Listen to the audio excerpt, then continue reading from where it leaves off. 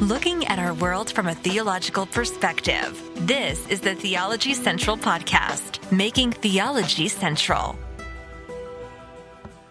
Good evening, everyone. It is Tuesday, May the 9th, 2023. It is currently 10:06 p.m. Central Time, and I'm coming to you live from the Theology Central studio located right here in Abilene, Texas.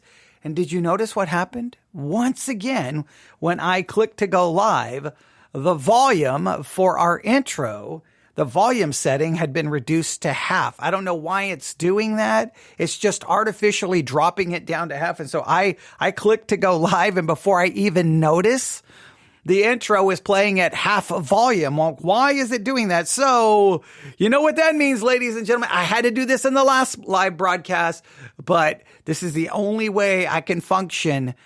I have to correct it. I know what everyone would say. You should just ignore it, but I can't. So here we go. Looking at our world from a theological perspective. This is the Theology Central Podcast, making theology central. So much better. Good evening, everyone. It is Tuesday, May the 9th, 2023. It is currently 10:07 p.m. Central Time, and I'm still sitting in the Theology Central studio, and it is still located right here in Abilene, Texas. Thank you so much for your patience and allowing me to correct that. I know it would not bother you, but when I go back and listen, I'm like, well, the volume was down. It will drive me crazy. So that's for my own mental health. And trust me, whether you understand this or not, my mental health needs all the help it can get on this Tuesday, May the 9th. It's from Sunday to Tuesday. It's not been good, but are you ready? I'm going to do something that's not going to be very good for my mental health, but that's okay. Are you ready? I hope so. I hope you're ready. All right. Do you remember a long, long time ago? In fact, it started, where did it start? Hang on. I got to go to the right series. It started on April the 25th, 2023, April the 25th, 2023, an episode of the Today's Focus podcast series. I did an episode entitled Song of Solomon. Does everyone remember that? It was such a simple broadcast. It was such a simple idea. Hey, everyone, Song of Solomon.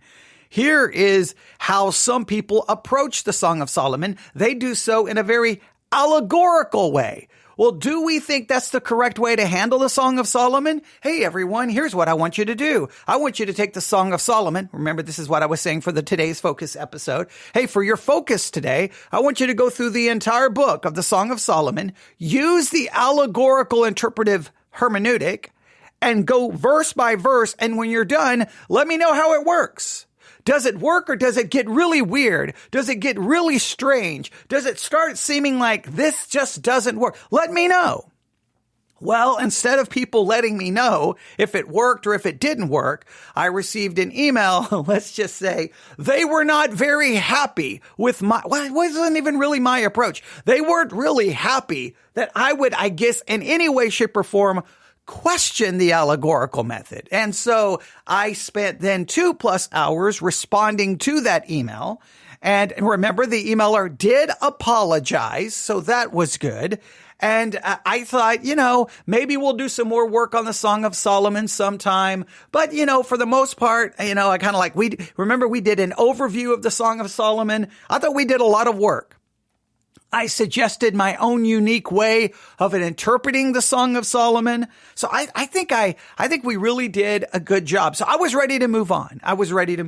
But this evening, as I was sitting here in the studio, I thought, you know what? What can I do tonight? What should I do tonight? So many things that I need to work on. So many things I'm trying to figure out. Maybe how to change, or just doing a lot of thinking about the podcast, and just doing that kind of thing. And so when you're kind of like, I don't want to say in a transitional stage, but when you're in a stage of rethinking a lot of things, then you're kind of like, well, I need to do this, but I don't know if I want to do this. I'm rethinking this. So I was like, you know what? I know what I'll do. I'll open up the sermon audio beta site. Remember, they're doing beta testing on a new website. And on the beta testing site, it's really awesome. They have a section that says daily devotional. And I went to the daily devotional. I went to Charles Haddon Spurgeon. I went to the evening devotional for May the 9th. And I hit play, and I bet you can guess. Once again, Charles Haddon Spurgeon used the Song of Solomon for tonight's devotional thought. So I grabbed the audio. Let's go see. I think you already know. Once again, we're going to find Charles Haddon Spurgeon using the allegorical method of interpretation to handle the Song of Solomon. And I've tried to demonstrate to you all the problems with it, but let's see what it sounds like tonight. So let's go back in time, the 1800s, Charles Haddon Spurgeon, England. Let's go.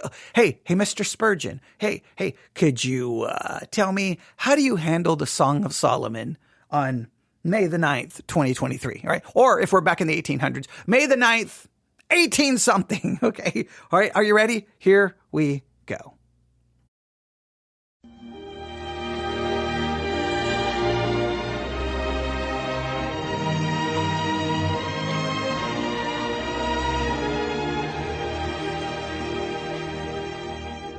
In Psalm 63, David said, "My soul shall be satisfied as with marrow and fatness, and my mouth shall praise thee with joyful lips, when I remember thee upon my bed, and meditate on thee in the night watches."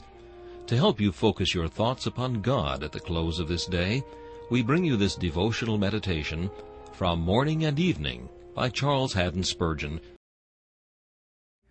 This has no bearing on anything, but I just love that intro. I love that intro. I used to hear this on, was it Bob Jones University radio station? I think it was on their radio station, and it would come on like at midnight or 1 a.m, and it would be the Charles Haddon Spurgeon evening. Well, that'd be the morning. So this would come on not quite at midnight. So about 10 p.m., 11 p.m., obviously, since it's p.m. So yeah, if it's 1 or 2 in the morning, then it was the morning devotional. So they did that as well. So this would have been around 10 or 11 p.m. my time. It would come on, and I always just love that intro. I just love that intro. It really just set the mood, and I'm like, okay, I'm ready to hear the evening devotional from Charles Haddon Spurgeon, and well, I always loved it. You may not love it, but I love the music. I love the voice. I love the quote from Psalm 63. I love it all. I love it all, and so that part. Great. But, the more I learned about hermeneutics, the more I learned about biblical interpretation, the more frustrated I would sometimes get. I know I'm not supposed to say this, but I would get very frustrated sometimes with Charles Haddon Spurgeon's devotional. Because, am I allowed to say this? He rips verses out of context and sometimes goes very, very allegorical. Oh, wait, you want an example? Well, let's see what happens here. The great English preacher of the 19th century. This evening's text is found in the Song of Solomon, chapter 7, verses 11 and 12. "Come, my beloved, let us go forth into the field. Let us see if the vine flourish." The church was about to engage in earnest labor. Now, just already, wait, what just happened? So he reads Song of Solomon 7, verse 11. Song of Solomon, chapter 7, verse 11. "Come, my beloved, let us go forth into the field. Let us lodge in the villages." Now he says to let us go early to the vineyards and let us see if the vine flourish. So what I think he did is he took a phrase from verse 11, a phrase from verse 12. So Song of Solomon, chapter 7, verse 11. "Come, my beloved, let us go forth. Let us see if the vine flourishes." He took two phrases from two different verses, put them together, boom, and then immediately he's like, the church. Whoa, wait. How did we get to the church? We're in the Song of Solomon, for crying out loud. What just happened? Now the church shows up here. Where's the church? Okay, because he's going allegorical. I'm going to back this up. I don't always have a lot of success backing this up, but that's okay. I'm going to back it up. If we go too far, you'll just have to forgive me. All right, here we go. the case except our own folly and neglect. All right, that did not work. All right, let's see if we can go way far back. Let's see if this works. Life in outward exercise. I have no idea why that just happened. All right, let's go. I'm going to go way back here. Here we go. Company in it. All right, that did not work either. I'm just going to go all the way back. Here we go. This devotional meditation from Morning and Evening by Charles Haddon Spurgeon, the great English preacher of the 19th century.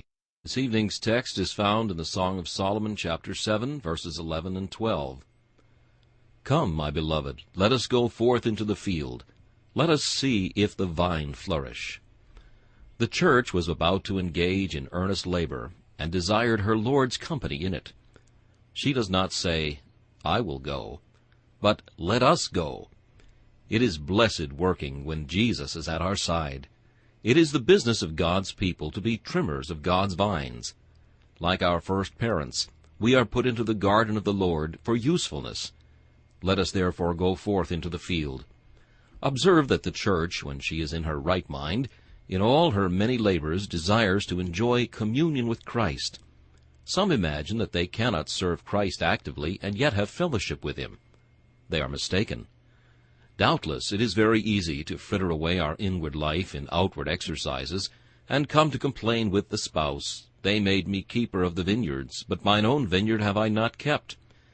But there is no reason why this should be the case, except our own folly and neglect. Certain is it that a professor may do nothing, and yet grow quite as lifeless in spiritual things as those who are most busy. Mary was not praised for sitting still, but for her sitting at Jesus' feet. Even so, Christians are not to be praised for neglecting duties under the pretense of having secret fellowship with Jesus. It is not sitting, but sitting at Jesus' feet which is commendable. Do not think that activity is in itself an evil. It is a great blessing and a means of grace to us. Paul called it a grace given to him to be allowed to preach, and every form of Christian service may become a personal blessing to those engaged in it. Those who have most fellowship with Christ are not recluses or hermits who have much time to spare, but indefatigable laborers who are toiling for Jesus, and who, in their toil, have him side by side with them, so that they are workers together with God.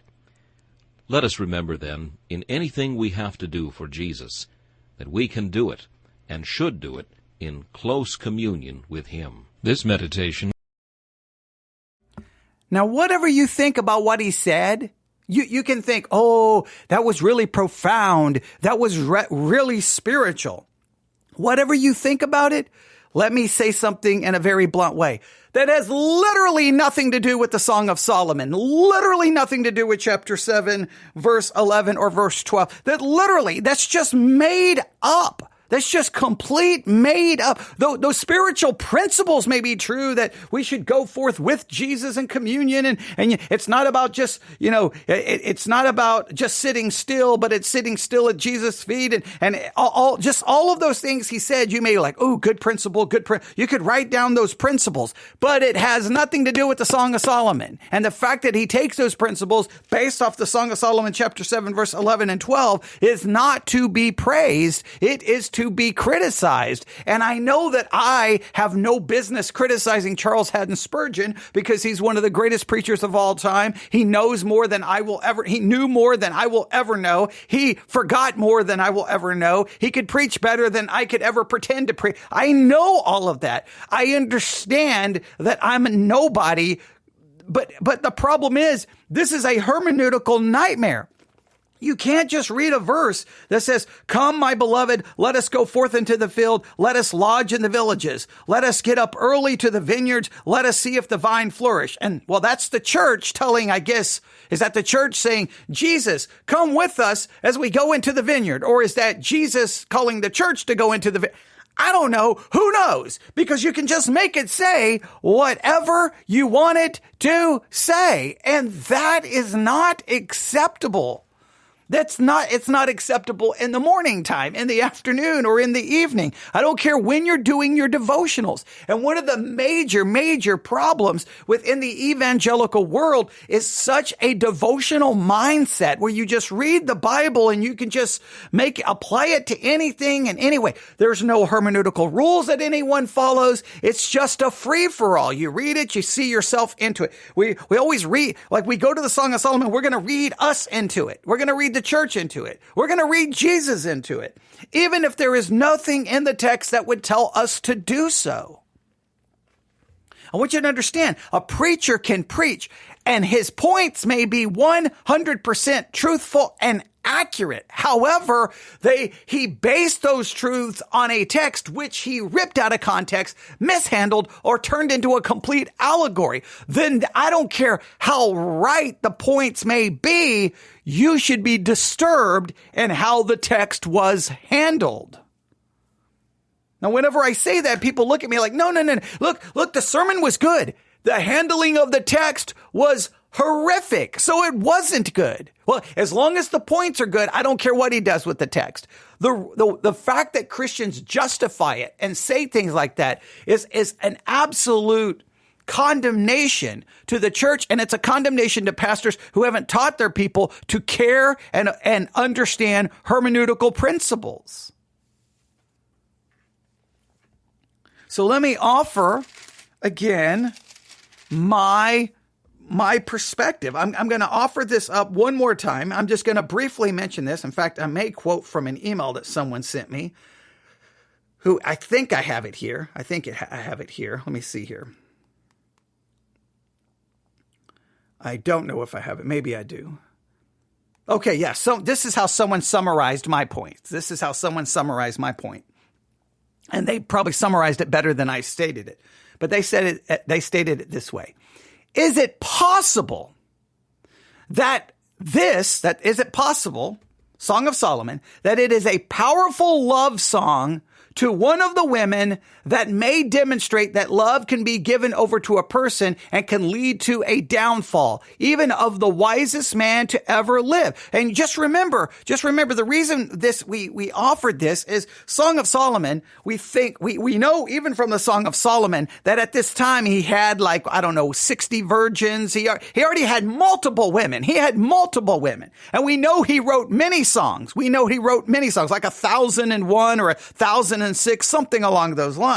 Well, we know he ultimately ended up with 1,000 women. He ended up with 700 concubines, 300 wives, or 700 wives, 300 concubines. I always get the number reversed. But he ended up with 1,000 different women. He ended up a complete polygamist, serial adulterer, and an idolater. That's the historical record of Solomon, who wrote the Song of Solomon. So when you interpret the Song of Solomon, you can't just ignore that historical reality. When he's writing this love song to one of these women, he's committing adultery and have all these women on the side. Like, we don't like that. We don't want to acknowledge that. So maybe this is a powerful love song to one of the women that may demonstrate that love, that passion, that this, and he may have truly loved this woman, can be given over to a person and can then lead to that person's downfall, even to the wisest man who ever lived. Maybe, after all, this is simply a cautionary tale. That intense, passionate love, all right, that at least in part led to Solomon's idolatry. The Shulamite woman may have been a trap that did not turn him to God, but away from him. Now, see, if I offer that interpretation, I'm going to get emails. People are like, how dare you say that? Solomon, 1,000 women, who ends up his heart being turned away from the true God and becomes an idolater. He is a polygamist, serial adulterer, and an idolater. How can you read the Song of Solomon and go, oh, no. Let's ignore the historical context. Let's ignore everything Solomon says about himself. Well, it depends on how you read the Song of Solomon. I guess if you allegorize it, then he's not speaking about himself. Let's forget that the person in the Song of Solomon speaks of other women. Let's just forget all of that, right? Let's forget all of this. Let's forget it all. And let's just say, oh, this is a beautiful allegorical story about Christ and the church, or God and Israel, or Christ and me, the individual believer. How about we are like, this is a passionate love. This is passionate. There's a passion in this that you can feel.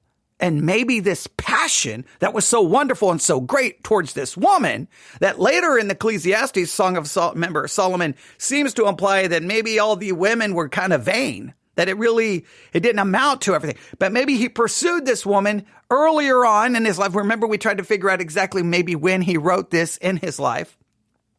But he pursues this woman, maybe somewhere closer or somewhere in the earlier part of his reign. He pursues this woman. Maybe it's passionate. Maybe it's wonderful. Ultimately, maybe later he begins to regret all the women he pursued, sees the vanity in it, and then realizes that these women turned his heart away from God, seeing it as a cautionary tale.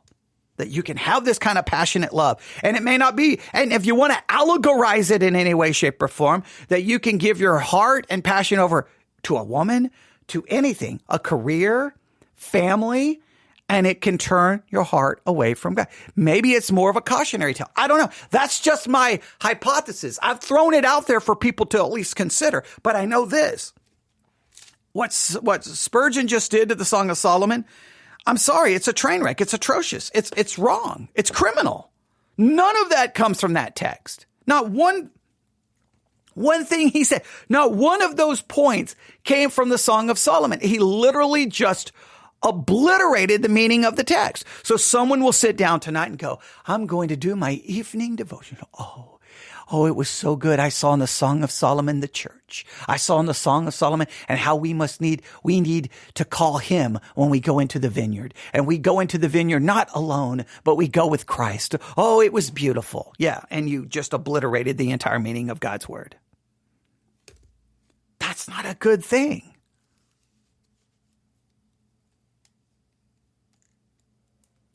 Now, I'm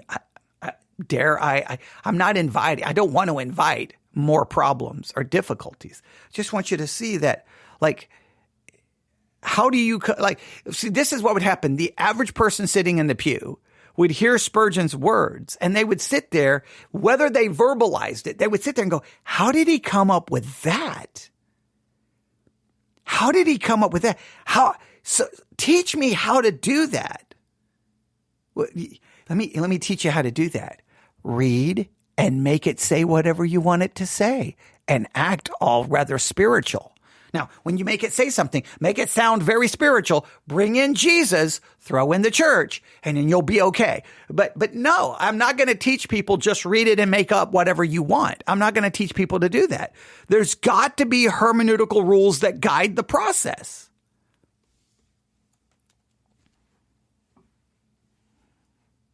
Okay, thank you. There you go. I feel better now. I feel better. I don't feel better that I messed up my introduction at the beginning. I don't feel better. I don't feel better that when I tried to reverse the audio there, I don't know what was going on. But I am glad that we listened to it all, and I'm glad that you got to hear how Spurgeon handled the text, because it's a perfect example of what I constantly scream about.